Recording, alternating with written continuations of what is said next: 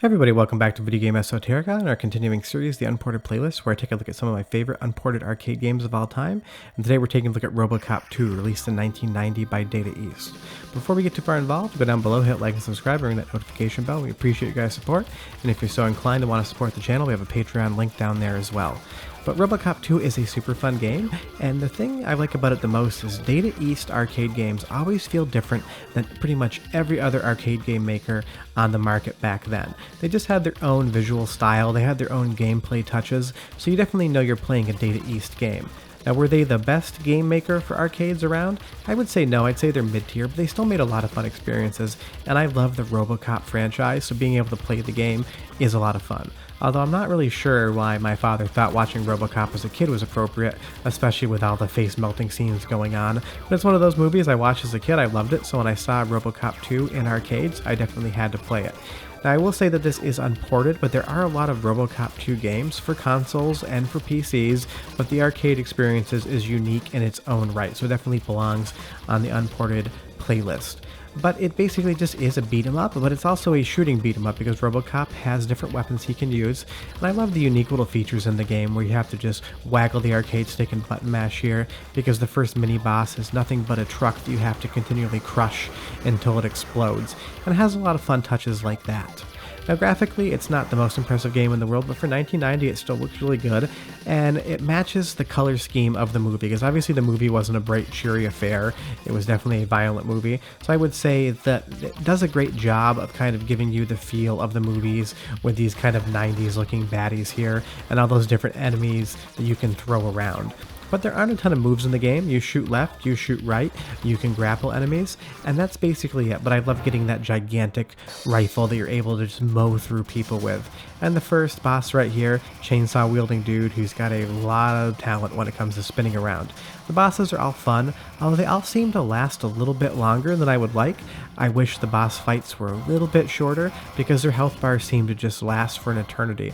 But that's a minor complaint. If you like beat 'em ups, especially the side-scrolling variety, and you're looking for something new to play, I definitely recommend you check out Robocop 2. It's got a little story between each level, kind of mirrors the movie as close as the game is going to get. It's not the best story in the world, but it's something that you just get a little intercut between each level, and I do appreciate that, but I love that little staticky transition and how Robocop takes his pistol out of his leg holster and starts the level. It does use a lot of touches from the film, and being a filmmaker and a fan of film, I definitely appreciate that. And Data East, I don't know why they would have people destroy arcade cabinets. Maybe that's what they did back in the day for business. They sent reps in and just had them hold arcade cabinets above their head and destroy them, so they had to buy more. But I also love the fact that this is the nuclear weapons factory level, and the nuclear weapons factory is behind an arcade. I'm sure arcades were used for fronts for many things back in the day because it was pretty much a cash-only business, but I'm assuming nobody was ever making nuclear arms in the back of one. But maybe I'm wrong. Maybe that's where Doc Brown got his plutonium from. The Libyans didn't actually give it to him. That's just another movie reference because we're playing a movie game. But it's a super fun game. I really enjoy it. The boss battles are fun, everything looks nice, and it's just one of those games that's not a top tier beat 'em up. This isn't going to get mentioned in the same breath as Golden Axe, The Revenge of Death Adder, or something like Streets of Rage, but it's a really fun game to play, especially if you're looking for something new in the beat 'em up genre, because the genre is pretty deep, and some of these games really help fill different, gray areas. And you even get these little bonus levels here where it ends up being slightly like a first-person shooter. You're able to move the arcade stick left, right, up, and down to move the crosshairs, and then your attack button shoots, so you can knock out all these helicopters, these different moving vehicles. So it gives you a little bit of a break in the action, and because sometimes beat 'em ups to me feel slightly long, like when I'm 2/3 of the way through, if things aren't changing enough, I feel a little bored. I do like those little bonus levels and this little intercut sequence from the movie here. Although it's moving a ton, and then when Robocop jumps off the bike, it has this really funny staccato motion that's trying to emulate slow motion, but it's just like 5 frames of jumping through the cab, and then you see this awesome graphic. What I'll let you do is watch a little bit of the game. I do love the soundtrack. There's not a ton of tracks. What's here is good, but I'll be back in like a minute and a half, and we'll talk a little bit more about Robocop 2 and close the video out. But enjoy this little sequence, and I'll be right back, guys.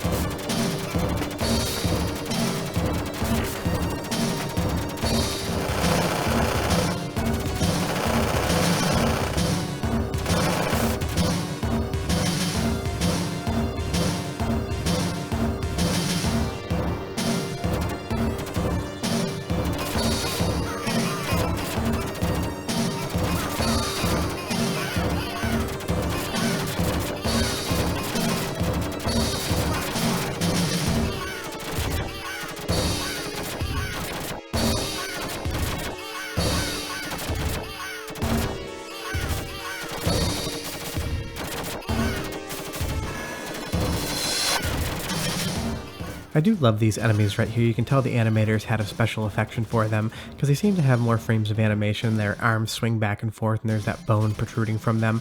It's just a great look. And as we shoot this guy back into that nuclear waste tank, it explodes for some strange reason. I don't think that's what would happen, but now you have this giant hulking monster in front of you. And it's just a fun game. Like Robocop 2, the original Robocop, they're really fun movies, and the game definitely does a great job of emulating that fun. But again, this boss battle just takes like 3 minutes, and I wish it was a minute and a half. It's a small complaint.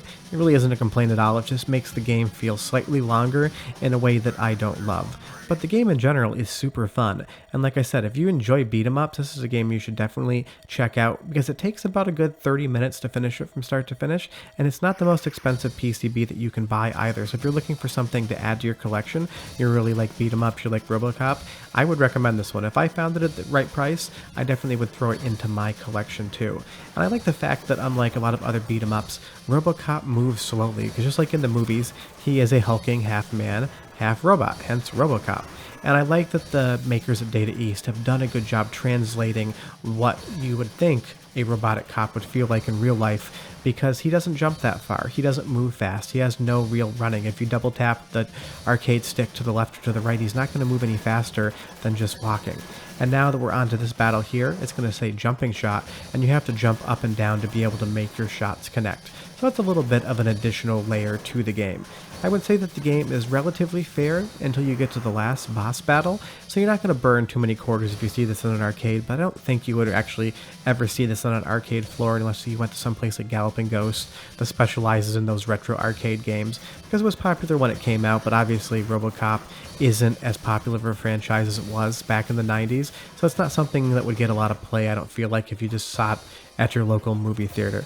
But now we're on to the final boss battle, and I will say, I think this may be the longest boss battle in arcade gaming history, because it just goes on and on and on. And it's fun to fight the boss, but it actually ends up feeling like a sixth of the game is legitimately this final boss battle, because it has 4 different phases that you have to go through before you've actually beaten the game.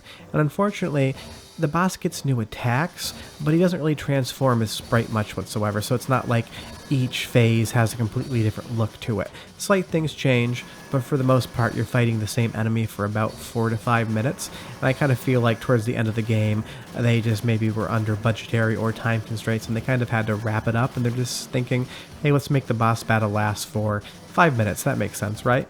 And it is another small complaint, but I mean, we're talking about these games, so we should talk about the good and the bad to them, because now that we've gone through the second sequence, we're up on this balcony right here, and you're going to see the boss comes right back in, and we're going to be doing basically the same jumping attack to beat him here as well.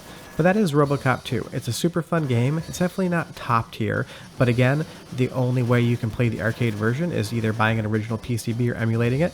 It's available for a lot of consoles, but it's not the same game, so it definitely counts as being unported.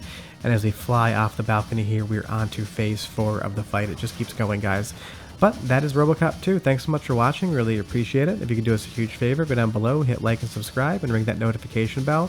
It takes a lot of time and energy to make each one of these episodes, and we genuinely hope you guys enjoy them. I can't even tell you what number Unported playlist this video is, but they seem to be doing really well, and there is so many good Unported arcade games to talk about. We will be back next Sunday to talk about another one, and we will have videos on Tuesday and Friday as well. But short of that, if you have any questions or comments, leave them down below. I love chatting with you guys. But otherwise, I hope you enjoyed Robocop 2, and we have finally beaten the boss. All 4 stages. He doesn't change much, a little bit of a bummer, but I do think if you know of a longer boss battle in arcade gaming, leave a comment down below and tell me what it is. But I do think that I'm pretty right when I say that this may be the longest one ever. Hope you guys are having a great weekend, and we'll see you next time. Bye-bye.